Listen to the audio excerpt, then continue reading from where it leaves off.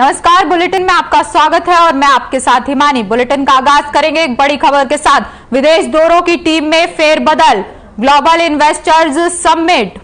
इस वक्त की बड़ी खबर और अहम जानकारी आपको दे रहे हैं। विदेश दौरों की टीम में फेरबदल हो चुका है।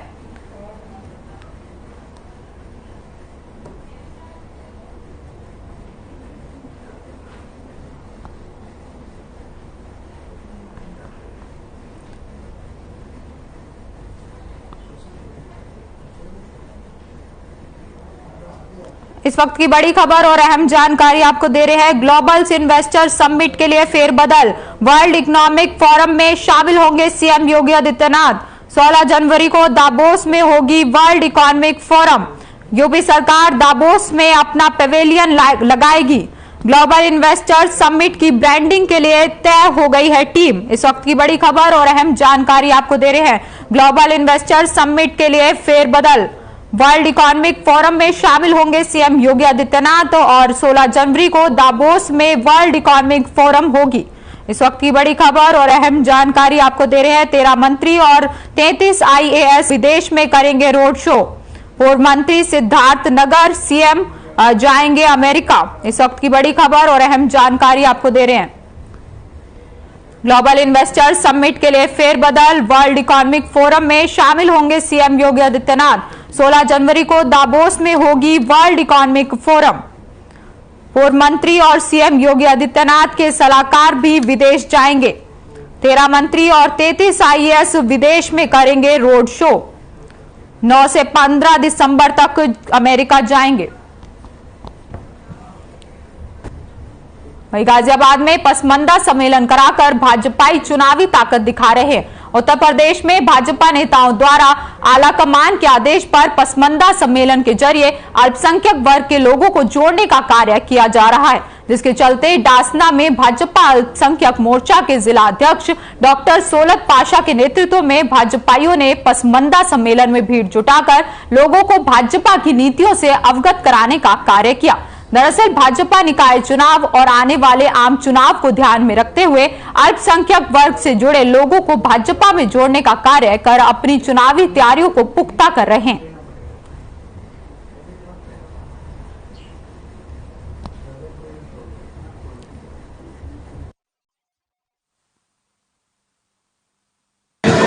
देखिए, हमारी सरकार जो है पसमानदाओं के लिए बहुत सारे कार्यक्रम चला रही है और पसमानदाओं के कार्यक्रम के जरिए उनके उत्थान के लिए क्या क्या रास्ते हैं वो तलाश रही है। तो पार्टी के आदेश हैं कि आप पसमानदा मीटिंग कीजिए। हम पसमानदा समाज में जा रहे हैं, उनसे बात कर रहे हैं, अपनी बात समझाने की कोशिश कर रहे हैं। सभी पसमानदा आदमी को जोड़ने का काम कर रही है सरकार। लोगों को समझाना है कि पसमानदा जो लोग हैं वो सब भाजपा को वोट करें।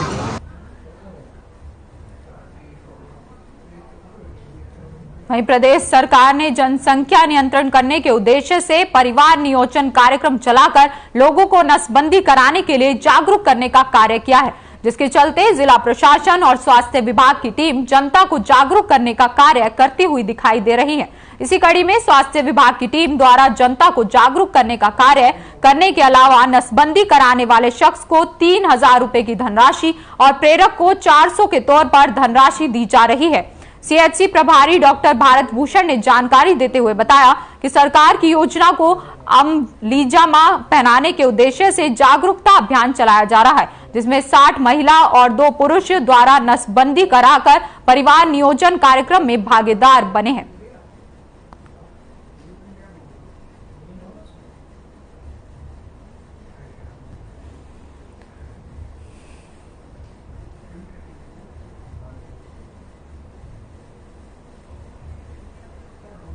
जी, शासन के निर्देशानुसार पुरुष नसबंदी पखवाड़ा मनाया जा रहा है, जिसमें महिला और पुरुष लोगों को नसबंदी कराने हेतु प्रेरित किया जाता है और फिर जो पात्र होते हैं उनका यहाँ सीएच हॉस्पिटल ला करके उनकी नसबंदी कराई जाती है।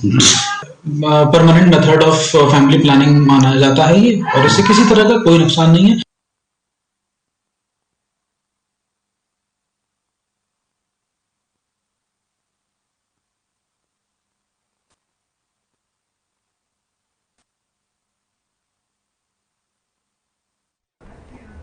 यूपी के लखनऊ में शादी की पार्टी उस समय मातम में बदल गई जब स्टेज पर आई दुल्हन की अचानक मौत हो गई। आपको बता दें कि दुल्हन का नाम शिवांगी है और वह दूल्हे को वरमाला पहनाने स्टेज पर पहुंची थी। वरमाला डालने के बाद अचानक चक्कर खाकर गिर पड़ी, जिसके बाद उसे तुरंत पास के हेल्थ सेंटर में पहुंचाया गया, जहां डॉक्टर ने उसे मृत घोषित कर दिया है। डॉक्टर के मुताबिक दुल्हन की मौत हार्ट अटैक से हुई। लखनऊ के बुदेश्वर से महिलाबाद बारात पहुंची थी।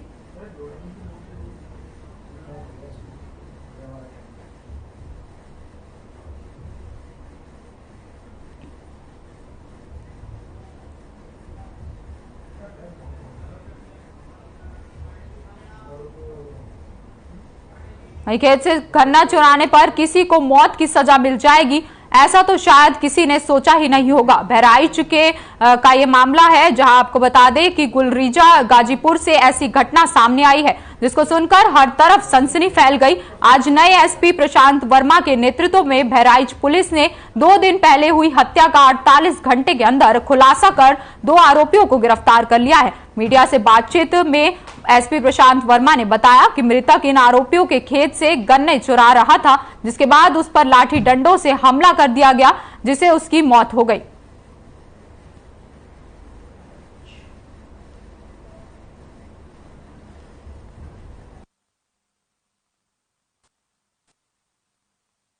एक व्यक्ति का शव मिला था। शव की पहचान मुबारक वहीं का निवासी था उसके रूप में हुई थी। इस संबंध में तत्काल हत्या का मुकदमा दर्ज करते हुए और अनावरण के प्रयास हेतु टीमें गठित कर दी गई थी। आज उसका अनावरण हुआ है और 2 अभियुक्त रामदेव यादव और शौकत अली को गिरफ्तार किया गया है।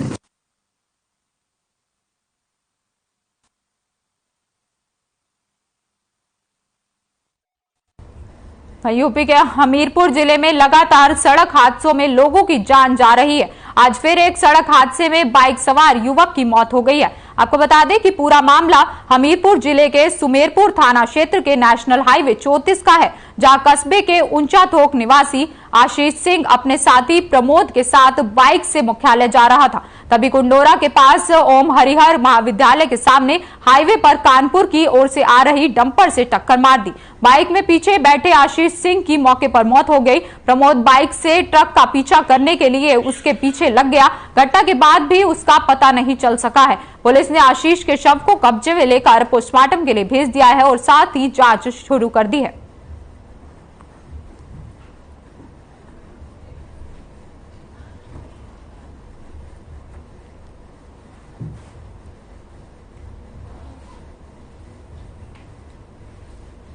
बस्ती जिले में लगातार शव मिलने का सिलसिला जारी है। राष्ट्रीय राजमार्ग NH 28 गोरखपुर के किनारे 27 वर्षीय युवक का शव मिला है।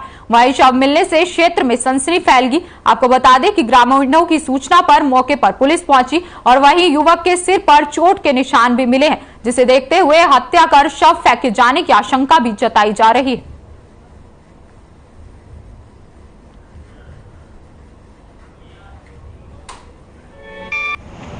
देखो सीने के पास हमारे बड़हर कला गांव के पास में जो हाईवे है उसकी दक्षिणी लेन पर खेतों में एक डेड बॉडी मिली है, लगभग 25-30 वर्षीय युवक की। और इसमें मौके पर थाना हरिया की पुलिस पहुंची हुई है, मैं भी मौके पर ही हूँ। और इसमें अभी जो जानकारी इसके पास से इसके तलाशी के दौरान एक आधार कार्ड मिला है, जिसमें राम नरेश निषाद पुत्र जग्गी निषाद निवासी रामघाट हाल्ट वासुदेव धार अयोध्या फैजाबाद का पता पाया गया है। तो उस पते पर भी हम लोग इसमें आगे और कार्रवाई कर रहे हैं। वहीं हमीरपुर के कलेक्ट्रेट गोल चबूतरे पर विश्व दिव्यांग दिवस मनाया गया। आपको बता दें कि इस मौके पर देव कुमार सोनी ने बताया कि जगत गुरु राम महाचार्य जब 2 साल के थे तब उनकी आंखें चली गई थी, लेकिन उन्होंने अपने अंदर की दिव्य ऊर्जा को पहचाना। वहीं आपको बता दें कि इससे शक्ति, ध्यान और ज्ञान से अपने व्यक्तित्व से जगत गुरु बनकर आने वाली पीढ़ियों के लिए, विशेषकर दिव्यांग जनों के लिए प्रेरणा प्रदान की। इस मौके पर तमाम दिव्यांग जन भी मौजूद रहे और सांस्कृतिक कार्यक्रम आयोजित किए गए। तो तस्वीरें आपको हमीरपुर से दिखा रहे हैं, जहां सांस्कृतिक कार्यक्रम आयोजित किए गए।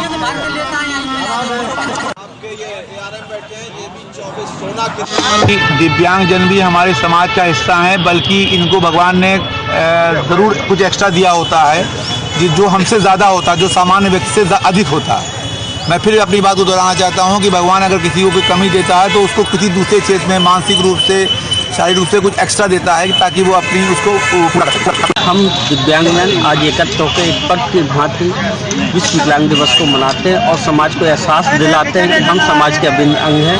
हमको साथ लिए बगैर समाज का समावेशी विकास संभव नहीं है। हमको स्वास्थ्य, सुरक्षा एवं शिक्षा के लिए पर्याप्त अवसर की आवश्यकता है जो सरकार द्वारा प्रदान किए जा रहे हैं।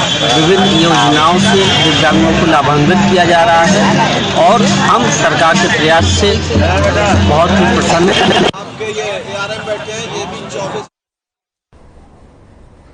वही मामला कोतवाली मैनपुरी से जुड़ा हुआ है, जहां के निवासी रिजवान पुत्र गुलजार को कोतवाली पुलिस घेर कर पकड़ रही थी।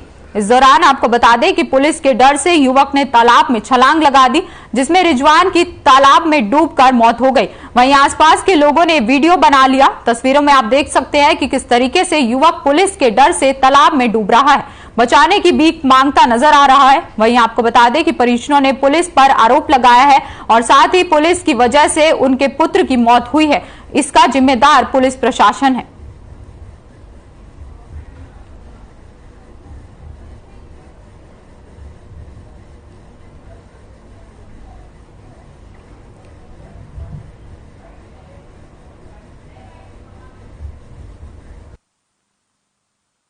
दबिश की बात नहीं है, एक रिजवान नामक लड़के की बात आई है और वो तालाब में, एक बड़ा सा तालाब है, उसमें उसकी तैरते हुए वीडियो भी है और तालाब काफ़ी गहरा है। वीडियो कुछ दूर उसके तैरने का है। इसके बाद वो लग रहा है वहाँ पे डूब गया है, उसके आगे वो नहीं तैर पाया है।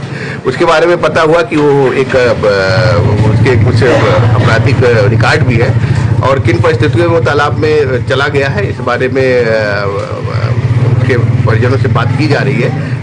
ये सर हम लोग जो है आफरा अभाव रहते थे। अच्छा, यहाँ हमारे भाई रहते हैं तो यहाँ वो घूमने आता था, तो इसका वारंट था आगरा गेट चौकी की पुलिस उसको रगेड़ दिया आज।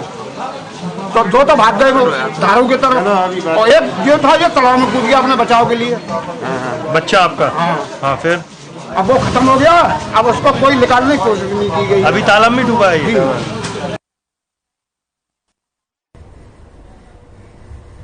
इस बीच सीधे लिए चलते हैं आपको गोरखपुर, जहां सीएम योगी आदित्यनाथ लोगों को संबोधित कर रहे। प्यारे बच्चों, महाराणा प्रताप शिक्षा परिषद के संस्थापक सप्ताह समारोह के अवसर पर मैं महाराणा प्रताप शिक्षा परिषद और उससे संबद्ध सभी शिक्षण प्रशिक्षण संस्थाओं के प्रति हृदय से बधाई देते हुए उद्घाटन कार्यक्रम के अवसर पर आज के समारोह के मुख्य अतिथि अवकाश प्राप्त air chief marshal Shri RKS. Bhadauria ji को हृदय से स्वागत करता हूं। हम सब जानते हैं कि 1932 में महंत दिग्विजय नाथ जी महाराज ने पूर्वी उत्तर प्रदेश में शैक्षिक पुनर्जागरण की दिशा से सुयोग्य नागरिकों की एक अच्छी टीम खड़ी की जा सके, इस दिशा से महाराणा प्रताप शिक्षा परिषद की स्थापना की।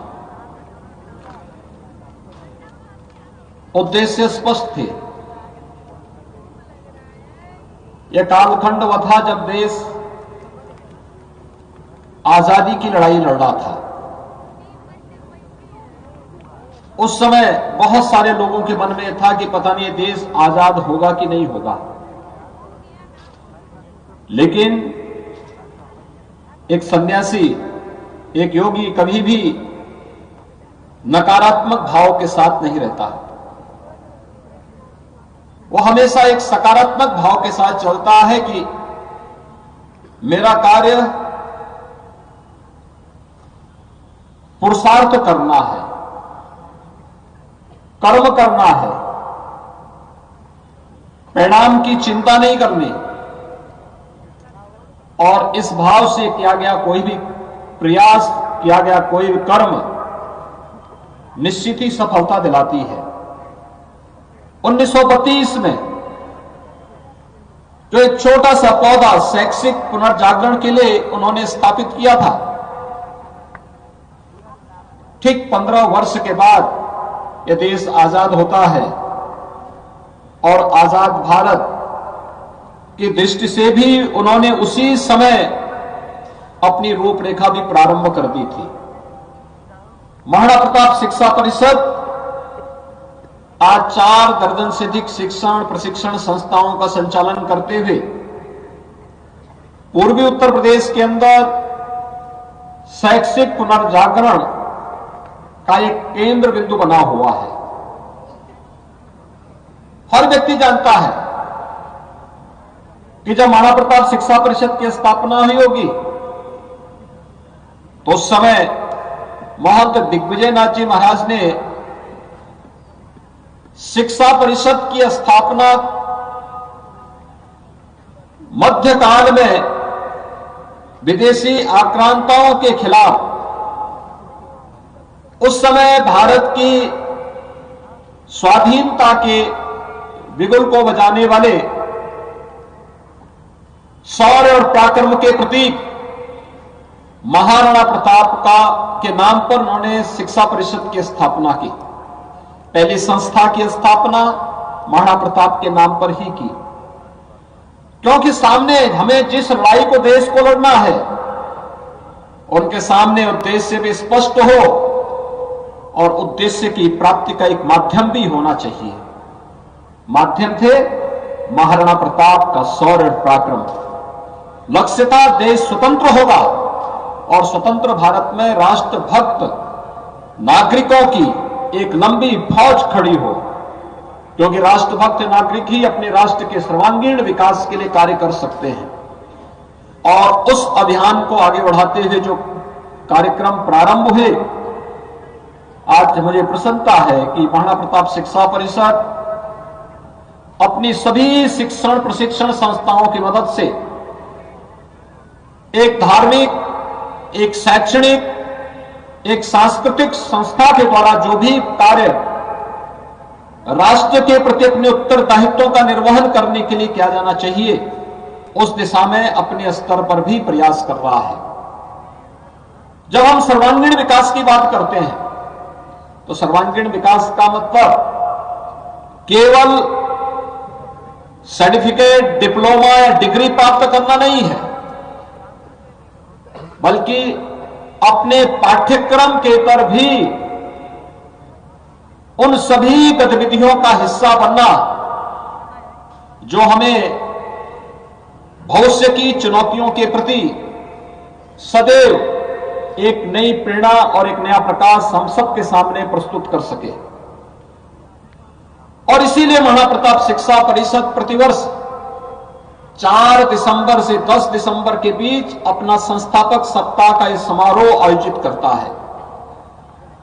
इसमें महाराणा प्रताप शिक्षा परिषद से संबद्ध संस्थाओं के साथ ही